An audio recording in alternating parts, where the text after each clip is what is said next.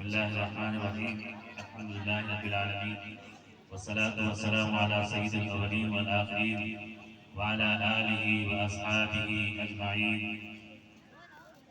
قال الله تعالى ربنا آتنا في الدنيا حسنة وفي الآخرة حسنة وقنا عذاب النار.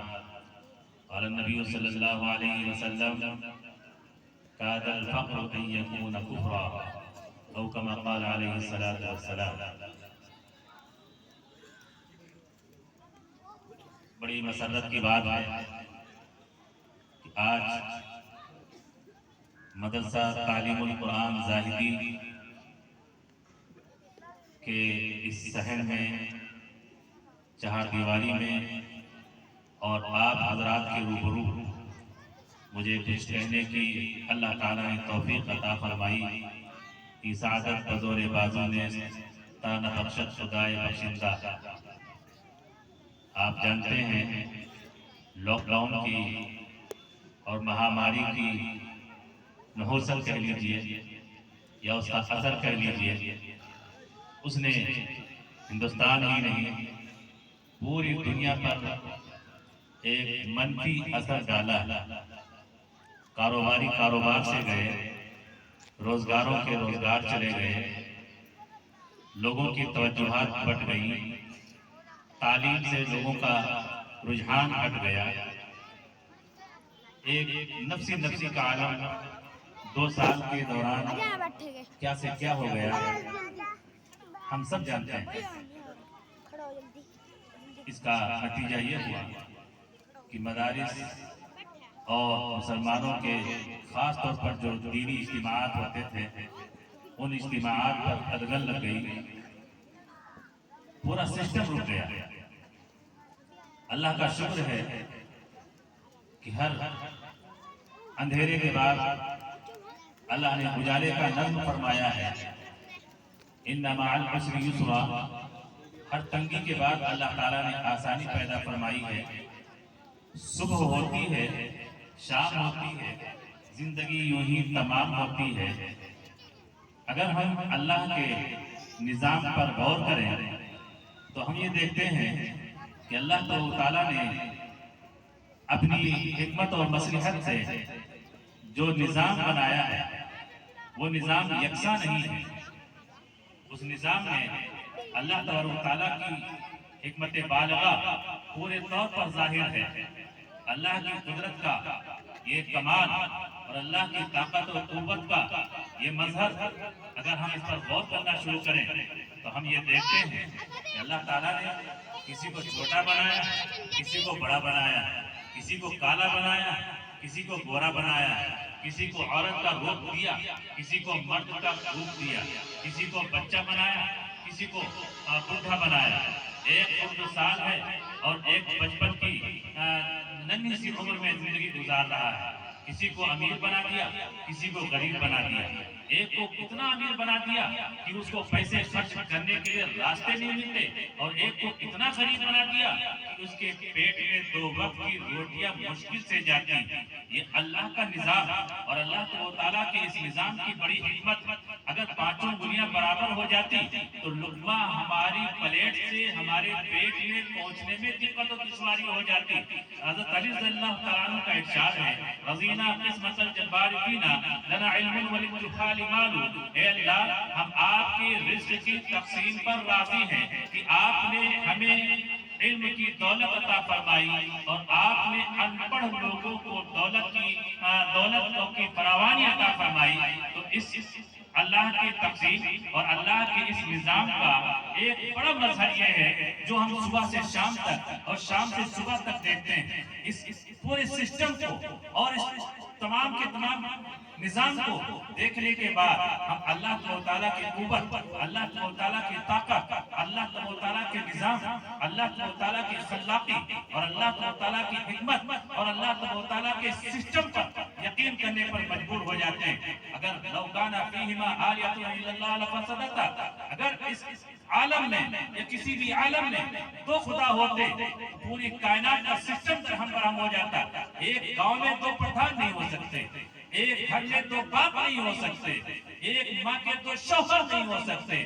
تو آپ اندازہ لگائیں اتنی بڑی کائنات، اتنے بڑے عالم اور اتنے بڑے نظام میں اگر دو خدا ہوتے تو کیا ہوتا؟ دو بادشاہ ہو نہیں، ایک ملک میں دو پردھان منتری نہیں ہو سکتے، ایک شہر میں دو میئر نہیں ہو سکتے۔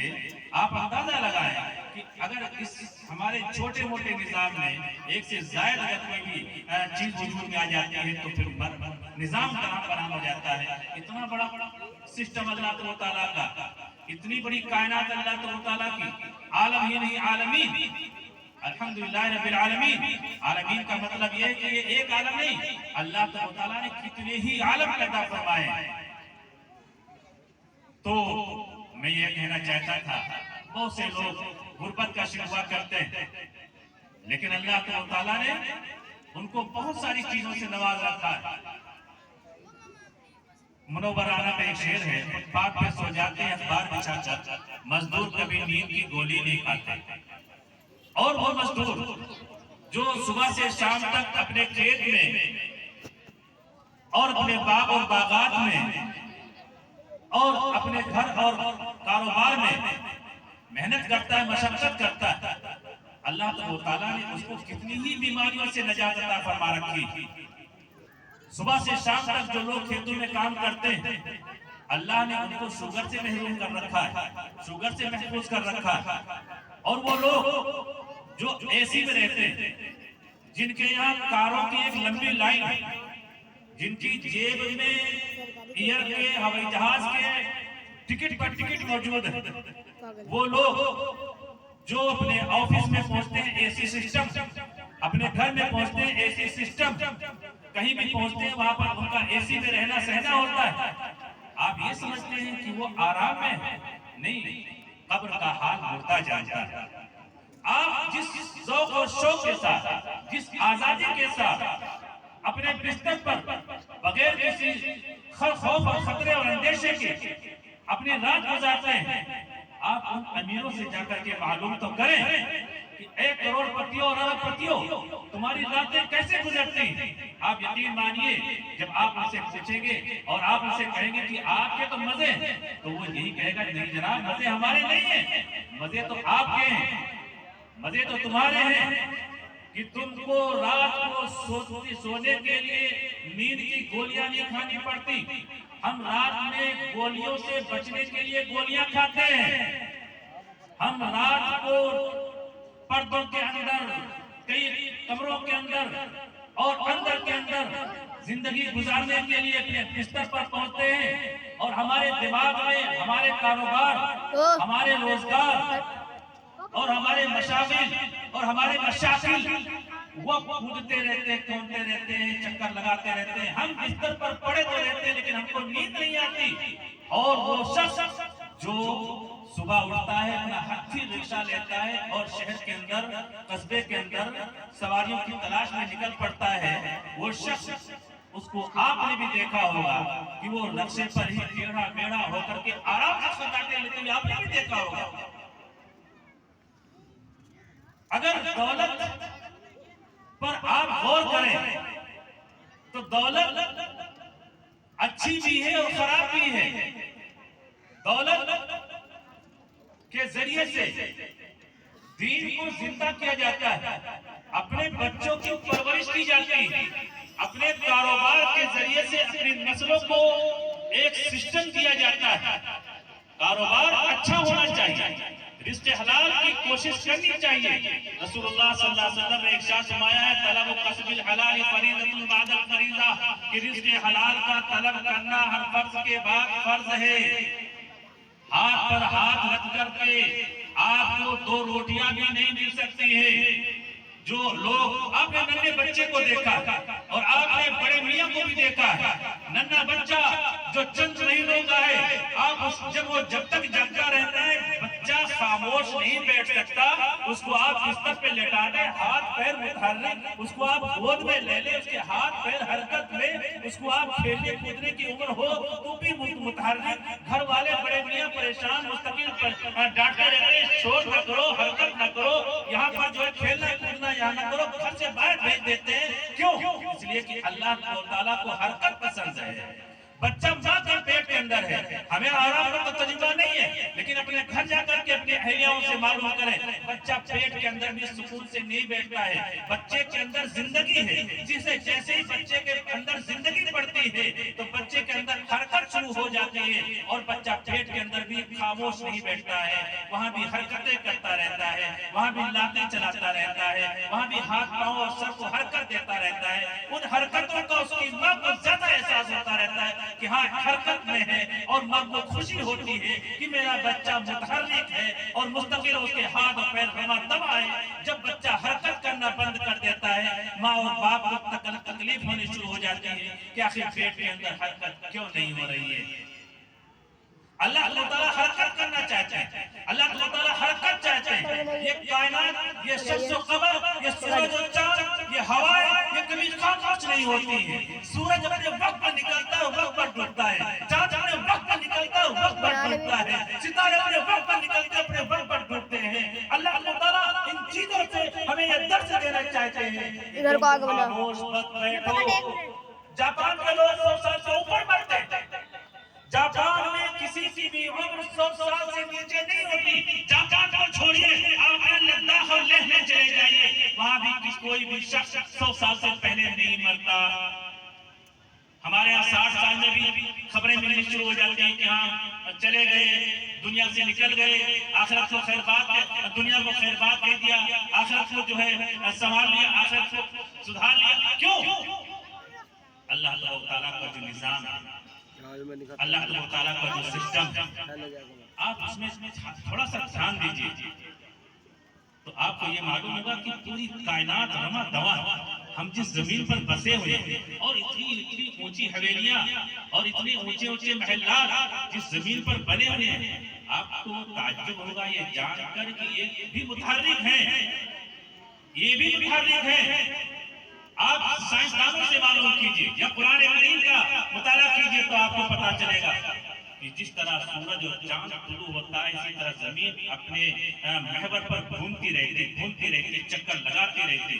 بس ہم کو احساس اس لیے نہیں ہوتا کہ اگر ہم جس تخت پر بیٹھے ہوئے ہیں، لیٹے ہوئے ہیں، کچھ 4 لوگ آئے اور ہمارے تخت کو پکڑ کر کے رخ بدل دیں، ہم کو اندازہ نہیں ہوگا. جب زیادہ آسانی کے ساتھ انہوں نے تخت کو بدل دیا، چارپائی کو ادھر سے ادھر کر دیا، تو ہم کو پتا نہیں چل پائے گا.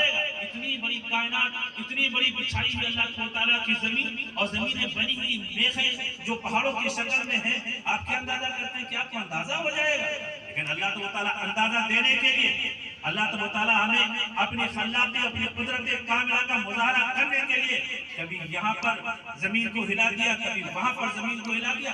بعض لوگ کہتے ہیں ترکی میں زلزلہ آیا تو بعض لوگوں نے مجھ سے پوچھا اور پوچھتے رہتے ہیں کہ جناب یہ بتائیے کہ زمین تو ساری ایک ہے، زمین تو ساری ایک ہے، پھر ترکی میں زلزلہ آیا تو ترکی میں جو زمین ہلی تو یہاں کی زمین، وہاں کی زمین، وہاں کی زمین، یہاں کی زمین جو ساری ایک ہے اور سب ایک پلیٹ پر بنی ہوئی ہے، تو وہاں پر زلزلہ آیا، یہاں پر احساس کیسے ہوا پوری زمین کیوں نہیں ہلی؟ اس کا ایک آسان سا جواب، ہم جس چاندنی پر بیٹھے ہوئے ہیں، ہم جس قالین پر بیٹھے ہوئے ہیں، آپ اس قالین کا ایک کونا پکڑ کے ہلا دیجیے اور آپ قالین کے بیچوں بیچ میں بیٹھے ہوئے ہیں، آپ کے فرشتوں کو بھی نہیں پتا چلے گا کہ قالین کا کوئی کونا ہلائے گا. قالین ایک ہے، قالین ایک ہے، لیکن اس کے کسی بھی کونے کو کوئی آدمی آ کر کے پکڑ کے ذرا سا ہلا کے چلا جائے تو درمیان والوں کو پتا نہیں چلتا. حالانکہ قالین بہت چھوٹی، یہ قالین بہت چھوٹی، یہ جو قالین ہے جس کو اللہ تعالیٰ نے بچھایا ہے، والارض فرشناها فنعم الماهدون، جس کو اللہ تعالیٰ نے فرش بنایا، یا وہ عرش جس کے اوپر اللہ تعالیٰ مستوی، ان کی حرکتوں کا ہمیں علم تبھی ہو پائے گا جب اللہ چاہیں گے. بہرحال میں یہ کہنا چاہتا تھا کہ دولت فی نفس ہی اچھی چیز ہے، اور دولت اگر اس کا استعمال غلط کیا جائے تو غلط چیز ہے. حضرت سفیان رضی اللہ تعالیٰ عنہ، سفیان بن عیینہ رحمۃ اللہ علیہ کا ارشاد ہے، لولا هذه الدنانير لتمنّل بنا هؤلاء الامراء هؤلاء الحكماء، اگر یہ روپے اور پیسے ہمارے پاس نہ ہوتے